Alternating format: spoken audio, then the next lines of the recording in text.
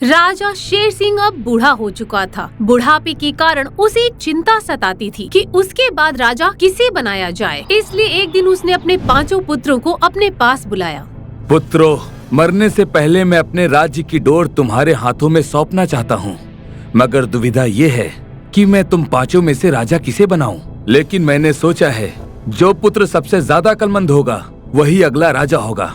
हाँ पिताश्री, मगर हम 5 में से सबसे ज्यादा अक्लमंद कौन है, ये कैसे पता चलेगा? इसका हल है मेरे पास। तुम 5 को राज्य का दौरा करके जनता को मिलके उनके सुख दुख का हाल जानना होगा, और तो और उनकी सुविधा के लिए सुझाव देने होंगे। जो पुत्र सबसे अच्छा सुझाव देगा वही राजगद्दी का अगला वारिस होगा। हमें मंजूर है पिताश्री। मगर मुझे मंजूर नहीं है। राजा की शर्त 4 पुत्रों को मंजूर थी, मगर 5वें पुत्र को मंजूर नहीं थी। क्या मैं पूछ सकता हूँ कि ये शर्त तुम्हें आखिर क्यों मंजूर नहीं है? पिताश्री, मैं आपका सबसे छोटा पुत्र हूँ। मुझे राजा नहीं बनना है, मैं आपकी सेवा करना चाहता हूँ।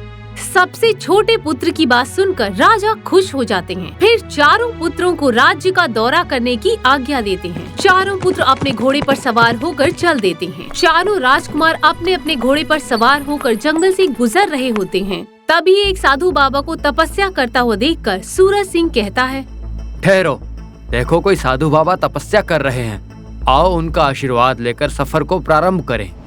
हे तपस्वी, राजा शेर सिंह के 4 पुत्र का प्रणाम स्वीकार करें। आयुष्मान भवा। फिर सूरज सिंह तपस्वी को पिताश्री की शर्त के बारे में बताते हैं। गुरुजी, हम 4 में से जो सबसे अक्लमंद होगा वही राज्य का अगला राजा होगा। इसलिए हमें आशीर्वाद दीजिए कि हम 4 पिताजी की दी हुई परीक्षा में सफल हो जाएं। ये संभव नहीं है। राजा बनने के लिए मैं तुम 4 को एक साथ आशीर्वाद कैसे दे सकता हूँ? मगर हाँ, एक उपाय है। फिर साधु बाबा 4 राजकुमारों से कहते हैं, राजा बनने का आशीर्वाद पाने के लिए तुम्हें सबसे पहले मेरे इम्तिहान में पास होना पड़ेगा। क्या तुम सब तैयार हो? जी बाबा, हमें आपकी हर शर्त मंजूर है। तो सुनो, तुम 4 को अलग अलग दिशाओं में जाना होगा, और सफर के दौरान जो कुछ भी देखोगे तुम्हें उसका मतलब मुझे समझाना होगा। और यदि तुम मुझे मतलब नहीं समझा पाए तो मैं तुम्हें पत्थर का बना दूंगा। और याद रहे, संध्या होने से पहले तुम सबको यहाँ लौट के आना होगा। राजा बनने की लालच में 4 राजकुमार साधु बाबा को कठिन इम्तिहान देने के लिए भी तैयार हो जाते हैं, और सभी राजकुमार अपने अपने घोड़े पर बैठकर अलग अलग दिशाओं में निकल पड़ते हैं। घोड़े पर सवार होकर राजकुमार सूरज सिंह जा रहा होता है। तभी वो अचानक एक विचित्र जंगल में पहुंच जाता है, जहां पेड़ के ऊपर सब्जियां लगी होती हैं, और उन सब्जियों की रक्षा कोई जादुई डंडे कर रहे होते हैं। इसे देखकर राजकुमार अचंभित हो जाता है। अरे, ये कैसा जंगल है? पेड़ पे सब्जियां उगी है और उनकी रखवाली डंडे कर रहे हैं। इसी बात को सोचता हुआ सूरज सिंह आगे बढ़ जाता है। राजकुमार को घूमते घूमते काफी समय हो जाता है, और कुछ ही देर में शाम हो जाती है। साधु बाबा ने कहा था कि संध्या होने से पहले मुझे लौट आना है। अब मुझे वापस चलना चाहिए। ये सोचकर राजकुमार वापस चल देता है। चलते चलते राजकुमार फिर उसी विचित्र जगह पर पहुंच जाता है, जहां पेड़ पर सब्जियां उगी रहती हैं और उनकी रक्षा डंडे कर रहे होते हैं। मगर ये क्या, उस वक्त उस जगह का नजारा कुछ और ही था। जो डंडे उन सब्जियों की रक्षा कर रहे होते हैं, अब वही डंडे हंसिया बनकर सब्जियों को काट रहे होते हैं। आखिर ये क्या हो रहा है? जो डंडे सब्जियों की रखवाली कर रहे थे, अब वही डंडे हंसिया बनकर सब्जियों को काट रहे हैं। मुझे तो कुछ समझ में नहीं आ रहा है। यही सोचते हुए राजकुमार साधु बाबा के पास पहुंच जाता है। आओ राजकुमार, कहो तुमने जंगल में क्या देखा, और जो देखा उसका क्या मतलब है? बाबा, जाते समय मैंने देखा कि जंगल में पेड़ के ऊपर सब्जियां उगी थी और उनकी रक्षा डंडे कर रहे थे, और आते समय देखा कि जो डंडे सब्जियों की रक्षा कर रहे थे वही डंडे हंसिया बनकर उन्हें काट रहे थे। हाँ, तो इसका क्या मतलब हुआ?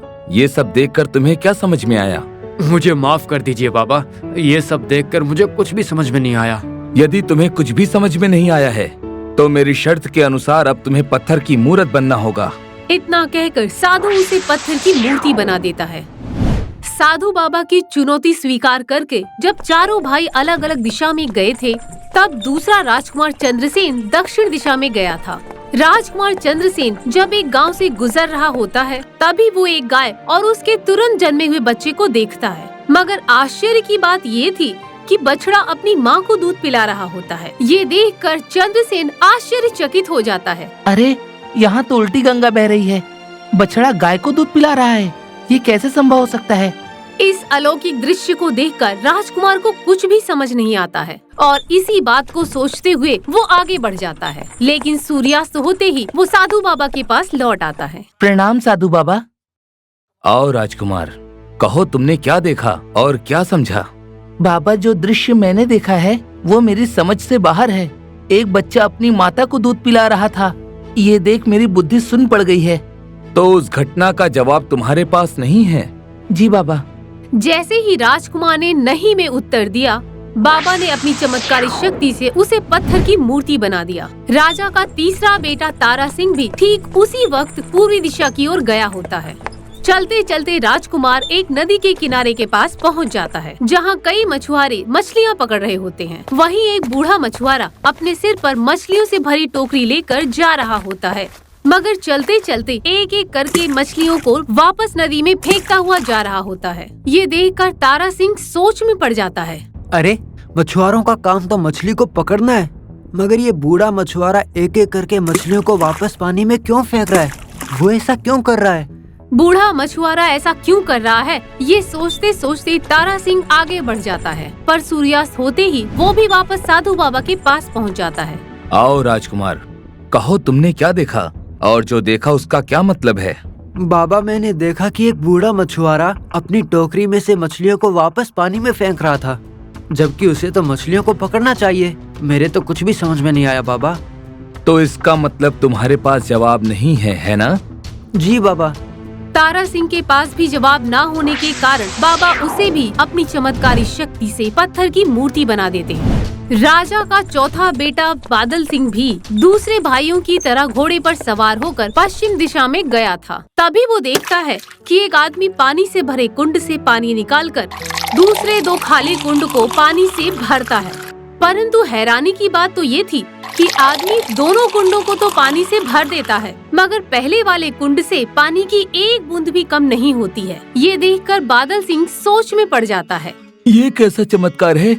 दोनों खाली कुंड भर गए, मगर पहले भरे हुए कुंड में से तो पानी का एक कतरा भी बाहर नहीं निकला। इसे मैं क्या समझूं? इस घटना का मतलब राजकुमार को समझ में नहीं आता है। फिर वो भी सूर्यास्त होने के पहले ही साधु बाबा के पास पहुंच जाता है। आओ राजकुमार, कहो तुमने क्या देखा और जो देखा उसका क्या मतलब है? बाबा, एक कुंड से पानी निकालकर दो कुंड भरे गए, मगर पहले कुंड से एक बूंद भी पानी कम नहीं हुआ। ऐसा कैसे हो सकता है? अर्थात जो तुमने देखा उसका अर्थ तुम्हें समझ में नहीं आया? जी बाबा।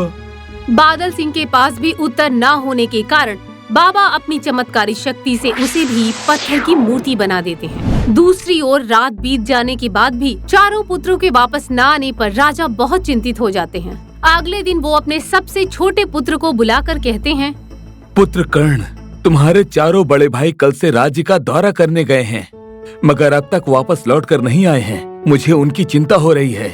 आप चिंता ना करें पिताश्री, मैं अभी उन्हें खोजने जाता हूँ और वादा करता हूँ कि उन्हें लेकर ही आऊँगा। राजकुमार कर्ण घोड़े पर सवार होकर अपने भाइयों की खोज में निकल पड़ता है। कई घंटे ढूंढने के बाद आखिर वो साधु बाबा के पास पहुंच जाता है। अरे, ये पत्थर की मूर्तियाँ तो हूबहू मेरे भाइयों जैसी ही है। साधु बाबा को मेरा प्रणाम है। बाबा, ये पत्थर के पुतले हूबहू मेरे भाइयों जैसे ही हैं। क्या मैं इनके बारे में कुछ जान सकता हूँ? हाँ पुत्र, तेरे चारों भाइयों को मैंने ही पत्थर की मूर्ति बना दिया है। फिर साधु बाबा कर्ण को सारी बात बताते हैं। साधु बाबा, कृपा करके मेरे चारों भाइयों को वापस ठीक कर दीजिए। बदले में आप जो चाहे मैं वो करने के लिए तैयार हूँ। ठीक है, तो जो जवाब तेरे भाई मुझे नहीं दे पाए हैं, अगर वो सारे जवाब तू मुझे दे देगा तो मैं तेरे चारों भाइयों को फिर से ठीक कर दूंगा। परंतु अगर एक भी जवाब तू गलत देगा तो मैं तुझे भी पत्थर की मूर्ति बना दूंगा। बोल, तुझे मंजूर है? मुझे मंजूर है बाबा। ठीक है, तो सुन। तेरे पहले भाई ने देखा था कि जंगल में कई पेड़ों पर सब्जियां लगी हुई थीं और उसकी रखवाली डंडे कर रहे थे, और फिर वही डंडे हंसिया बनकर उन सब्जियों को काट देते हैं। बताओ राजकुमार, इसका मतलब क्या है? बाबा, जब हमारा धन हमने किसी और के पास सुरक्षा के लिए रखा होता है, तब हम अपना धन सलामत हाथों में है ऐसा सोचते हैं।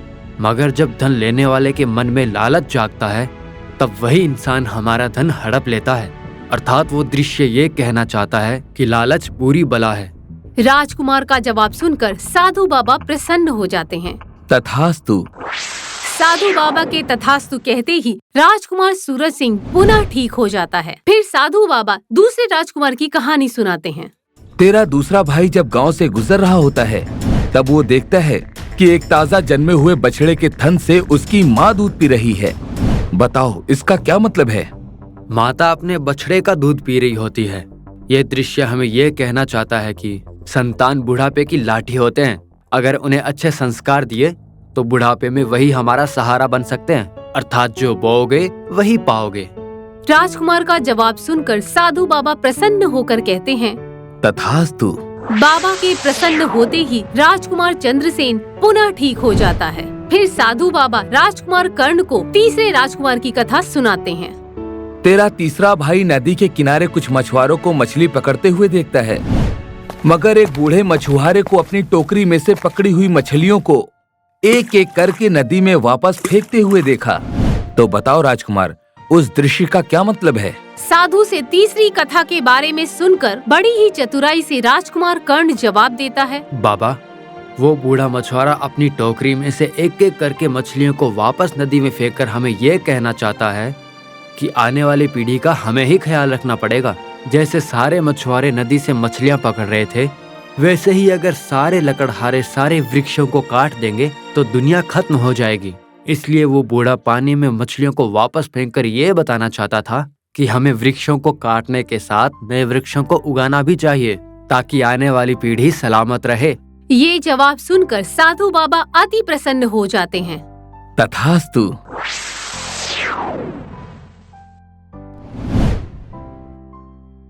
फिर साधु बाबा चौथे राजकुमार की कहानी सुनाते हैं। तेरे चौथे भाई ने देखा था कि एक व्यक्ति एक भरे हुए कुंड से दो खाली कुंडों को भर देता है, फिर भी पहले से भरे हुए कुंड में से पानी का एक भी कतरा कम नहीं होता। बताओ इसका क्या अर्थ है? बाबा, ये दृश्य हमें ये कहना चाहता है कि ज्ञान सागर जैसा होता है, वो बांटने से कभी कम नहीं होता।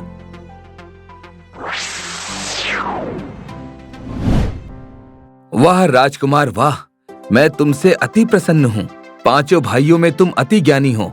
तुम जैसा राजा यदि प्रजा को मिल जाए तो सबका कल्याण हो जाएगा। तथास्तु। पिताश्री, हम पांचों भाइयों में से सबसे अधिक अक्लमंद हमारा छोटा भाई कर्ण है। आपके बाद राजा बनने के लायक वही है। हम सब भाइयों की इच्छा है कि आप कर्ण को ही राजा बनाएं। फिर चारों राजकुमारों ने साधु बाबा वाली अपनी अपनी कहानी राजा को सुनाई। राजा अपने छोटे बेटे की अक्लमंदी की कथा सुनकर अति प्रसन्न हुआ और उसे ही अपने राज्य का अगला राजा घोषित किया। बल्लू बंदर बड़ा ही लालची बंदर है। वो पैसों के लिए कुछ भी कर सकता है। जंगल के जितने भी अमीर जानवर हैं, बल्लू उन सब से जलता है। भाई, वो चीता बहुत पैसे वाला है। सब उसे जंगल का अंबानी कहते हैं।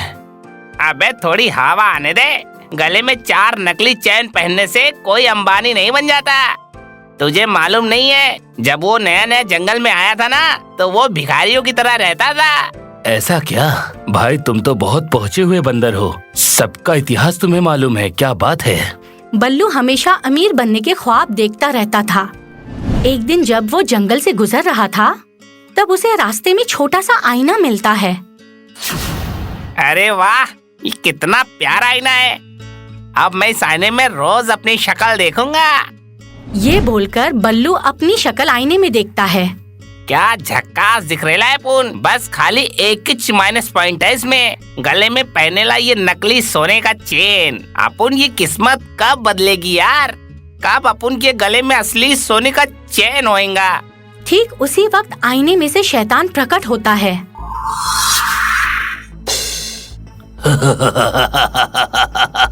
तुमने ख्वाहिश बताई और मैं हाजिर हो गया।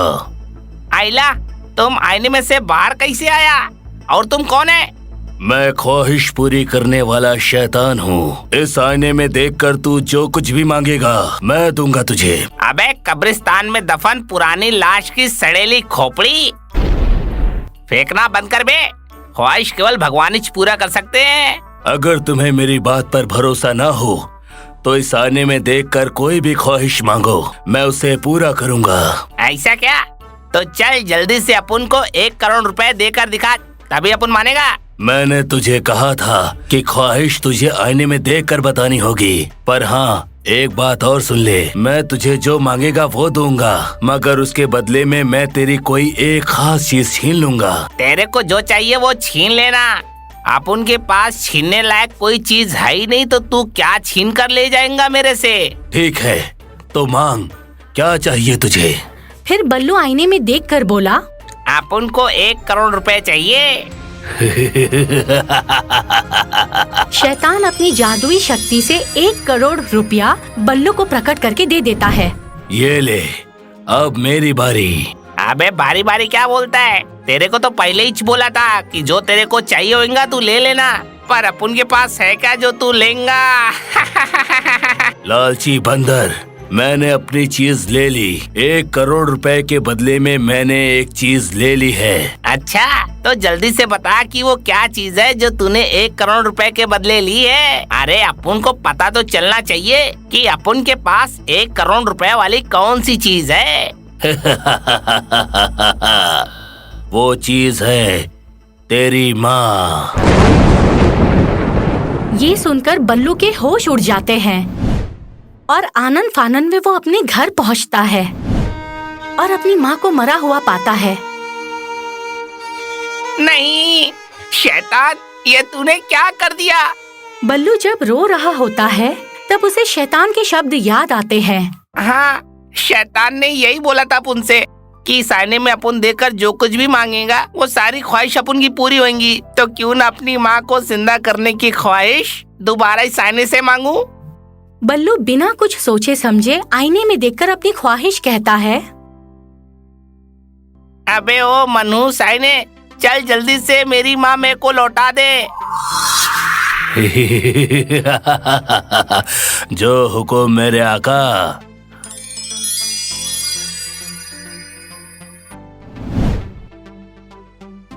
शुक्रिया शैतान, तूने अपन की माँ को जिंदा कर दिया। हाँ, मगर शर्त के मुताबिक तेरी माँ के बदले में मुझे तुझसे तेरी कोई एक और चीज लेनी होगी। बल्लू टेंशन में था कि उसकी माँ के बदले में अब शैतान उससे कौन सी चीज छीनने वाला है।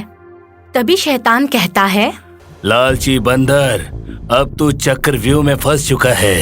अब तेरी माँ की जान के बदले में मैं तेरे बाप की जान लूंगा।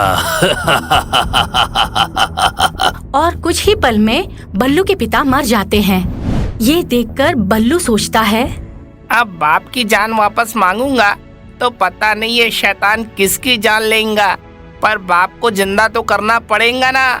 ठीक है, जो होगा अपन देख लेगा।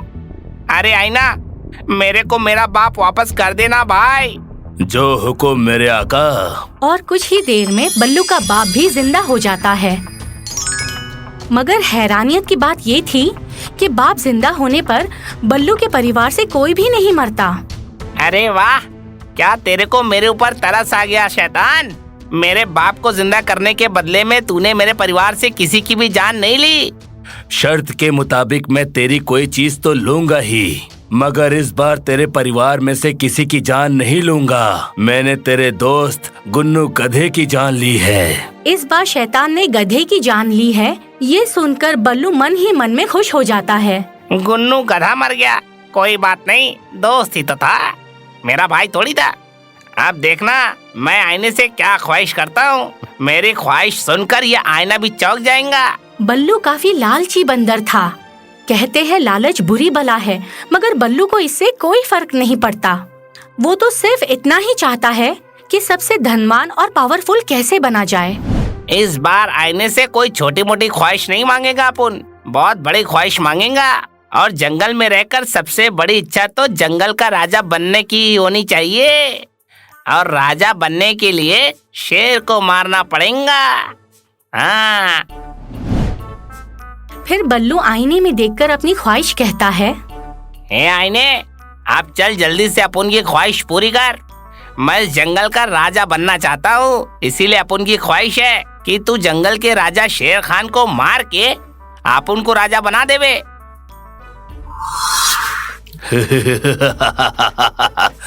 तूने याद किया और देख मैं हाजिर हो गया बल्लू। आइला आका से सीधा बल्लू। पहले तो तू प्रकट होके अपन को आका का बोलता था, अब डायरेक्ट बल्लू बोल रहे है अपन को। अबे शैतान के बच्चे, तू अपन की ख्वाहिश पूरी करता है ना, इसीलिए अपन तेरी इस गलती को माफ करता है। अच्छा चल अब जल्दी से अपन की ख्वाहिश पूरी कर दे। उस शेर खान को जल्दी से मार के अपन को इस जंगल का राजा बना दे।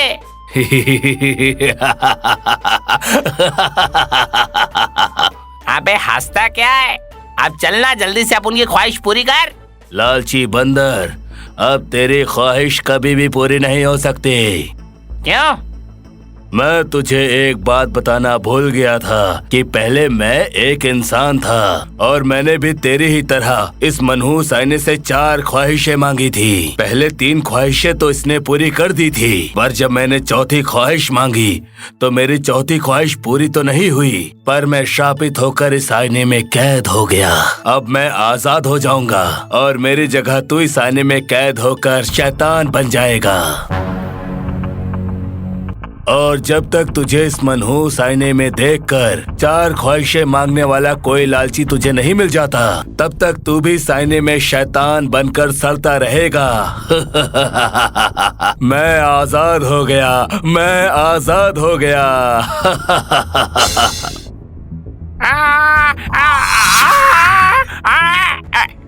अब अगर मुझे भी इस आईने से आजाद होना है तो मुझे भी 4 ख्वाहिश मांगने वाला कोई लालची बंदा ढूंढना ही पड़ेगा। तभी जंगल से गुजरते हुए एक कंजूस मारवाड़ी की नजर उस आईने पर पड़ती है। अरे वाह, कितना अच्छा आईना है, जरा देखो तो आईने में कैसा दिखता हूँ। फिर कंजूस मारवाड़ी आईने में देखकर वही गलती कर बैठा जो बल्लू बंदर ने की थी।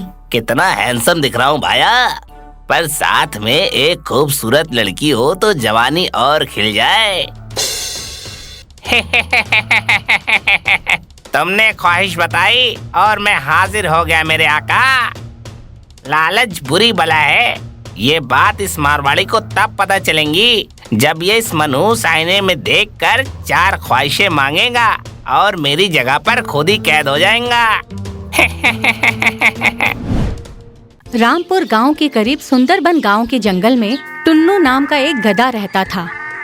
उसी जंगल में बल्लू नाम का एक अति विद्वान भालू भी रहता था।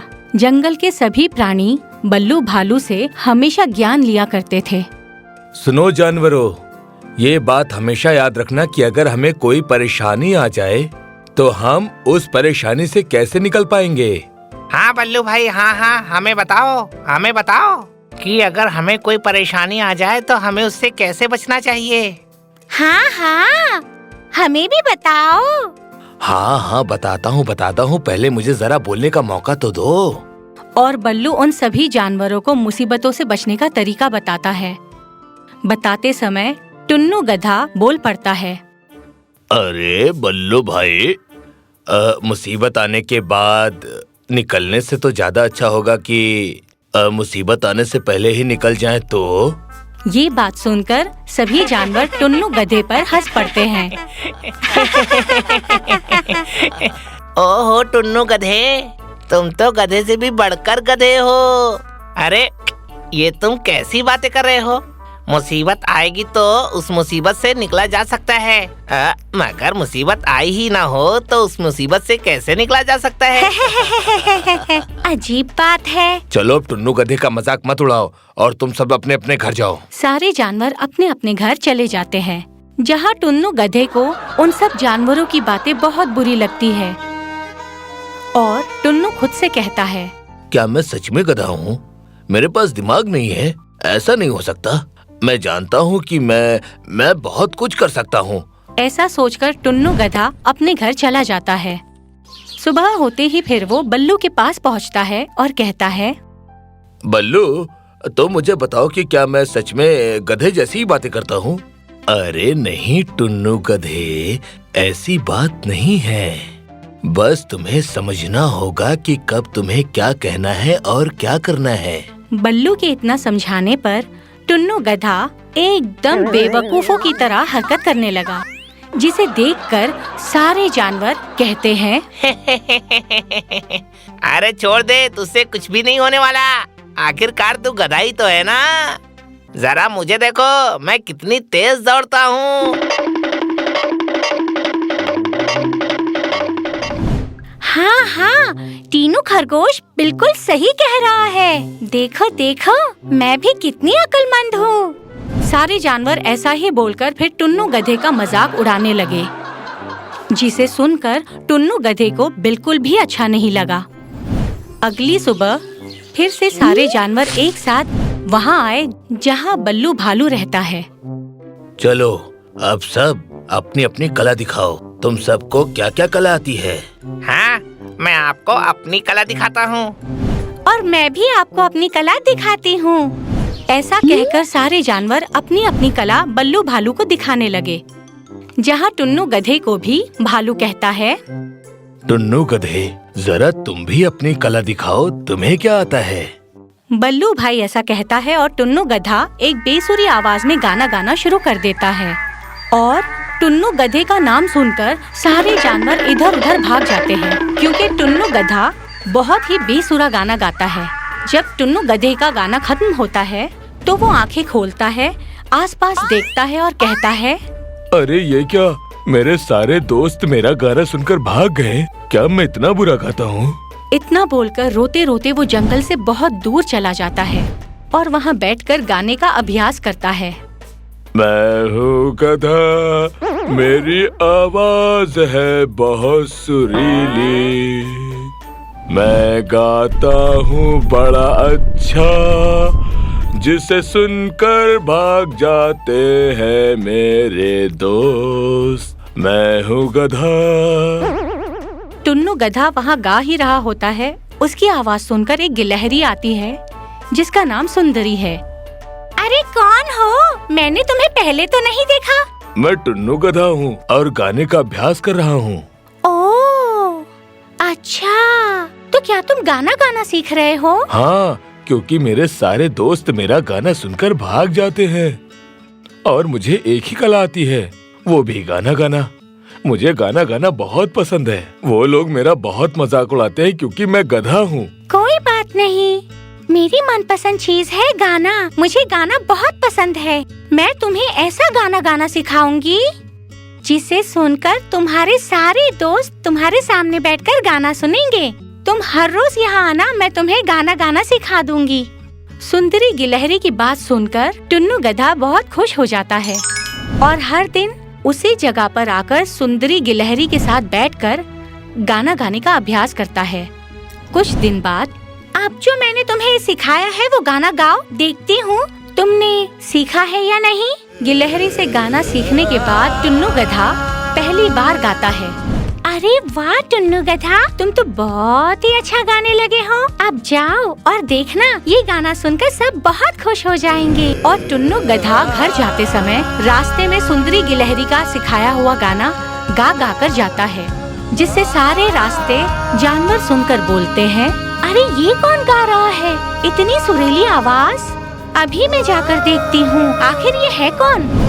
अरे भाई, ऐसा गाना तो मैंने पहली बार सुना है। आखिर गा कौन रहा है, जरा देखे तो। सारे जानवर दौड़ दौड़ के जिस रास्ते से टुन्नू गधा की गाने की आवाज सुनाई दे रही थी, उस रास्ते पर आकर सारे जानवर देखते हैं और चौंक पड़ते हैं। अरे ये क्या, ये तो टुन्नू गधा है। अरे पर ये इतनी सुरीली आवाज में कैसे गा रहा है? अरे हाँ हाँ, ये तो टुन्नू गधा है, पर इतनी सुरीली आवाज में कैसे गा रहा है? अरे हाँ, ये तो टुन्नू गधा है। इसे गाना गाना किसने सिखाया?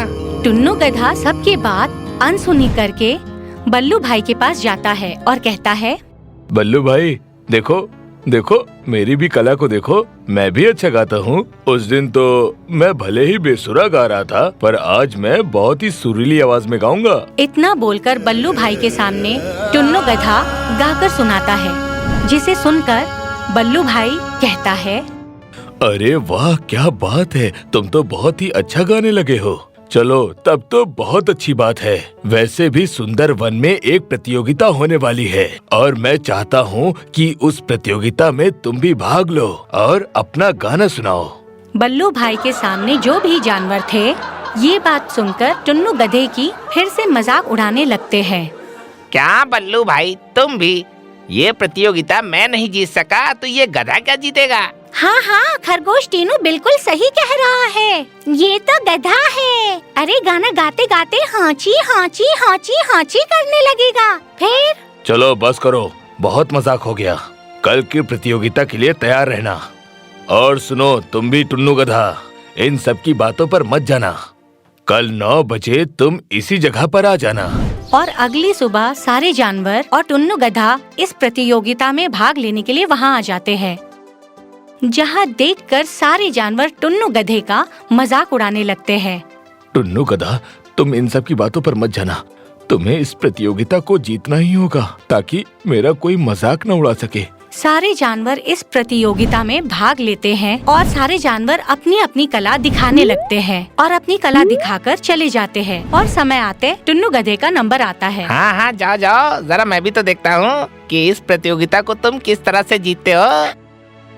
हाँ हाँ, जा जा, बिल्कुल सही कहा तुमने। टुन्नू गधा स्टेज पर जाकर सुंदरी गिलहरी का गाना याद करते हुए दिल से एक सुरीली आवाज में गाना गाने लगता है, जिसे सुनकर सारे जानवरों के होश उड़ जाते हैं।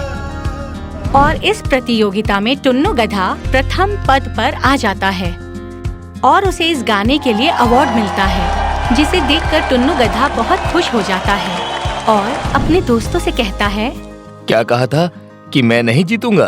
देखो तुम्हारे सामने मेरे हाथ में ये अवार्ड है। और एक बात, कभी भी किसी का इस तरह से मजाक नहीं उड़ाया करते। तुम लोगों ने मेरा बहुत मजाक उड़ाया है। मुझे माफ कर दो, तुम गधे हो। मैं अब तुम्हारी मजाक कभी नहीं उड़ाऊंगी। अब तुम हमें हर रोज गा के सुनाओगे ना। और इस तरह अवार्ड लेकर टुन्नू गधा सुंदरी गिलहरी के पास जाकर उसे धन्यवाद कहता है। और फिर क्या, टुन्नू गधे का फिर कभी भी कोई मजाक नहीं उड़ाता और टुन्नू गधा सबको गाना गाना सिखाता है। आपको हमारा ये वीडियो पसंद आया हो तो प्लीज हमारे चैनल को सब्सक्राइब कीजिए और हाँ, वीडियो को लाइक और शेयर करना मत भूलना। धन्यवाद।